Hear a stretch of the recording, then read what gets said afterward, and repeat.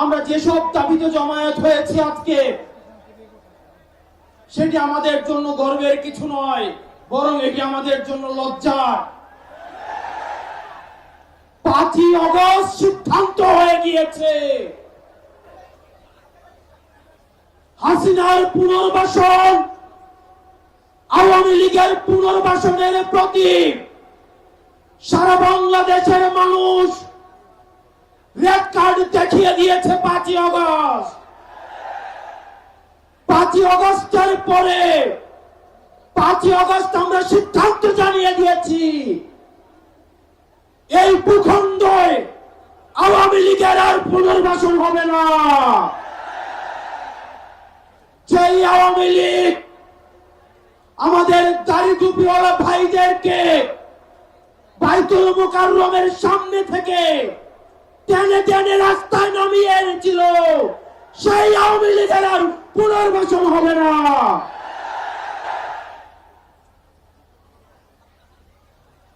প্রিয় সংগ্রামী সহযোদ্ধা, অত্যন্ত পরিতাপের বিষয়, আজকে 8 মাস পরে এসেও আমাদের দেশের অনেক রাজনৈতিক দল, অনেক রাজনীতিবিদ আমাদেরকে বারবার করে মনে করিয়ে দেয় আওয়ামী লীগ নাকি রাজনৈতিক দল, এবং এই রাজনৈতিক দল নিয়ে সিদ্ধান্ত আসার এখতিয়ার নাকি তাদের নেই।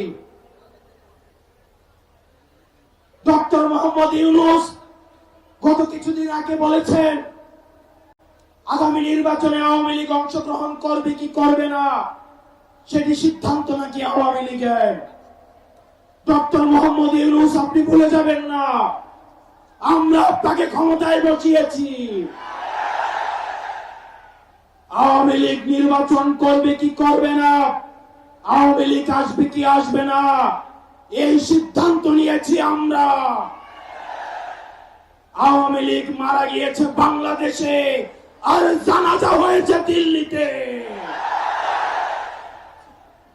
আমার ভাই আবরার এবং শহীদ আবু আলিফের রাস্তার উপরে পাড়া দিয়ে এই আওয়ামী লীগ বাংলাদেশে আসবে না।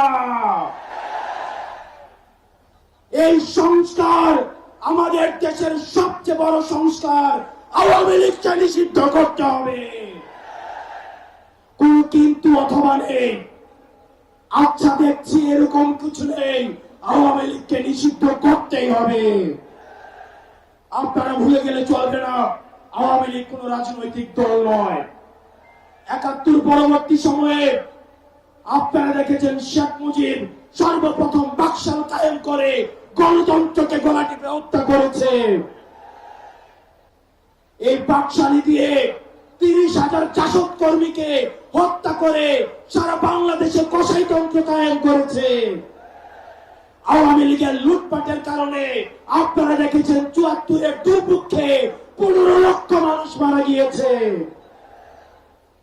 আমরা বারবার করে বলতে চাই, আওয়ামী লীগ কোন রাজনৈতিক দল নয়, আওয়ামী লীগ হচ্ছে একটি সন্ত্রাসী সংগঠন। এই সন্ত্রাসী সংগঠনকে নিষিদ্ধ করার মধ্য দিয়ে আমরা সংস্কার দেখতে চাই। একই সাথে শাপলায় যে হত্যাকাণ্ড হয়েছে, আমরা আপনাদের কাছে অনুরোধ জানাবো, এই শাপলা হত্যাকাণ্ডে যারা শহীদ হয়েছে, আজকের এই মঞ্চ থেকে এই শহীদের লিস্ট আপনারা জাতির সামনে প্রকাশ করুন।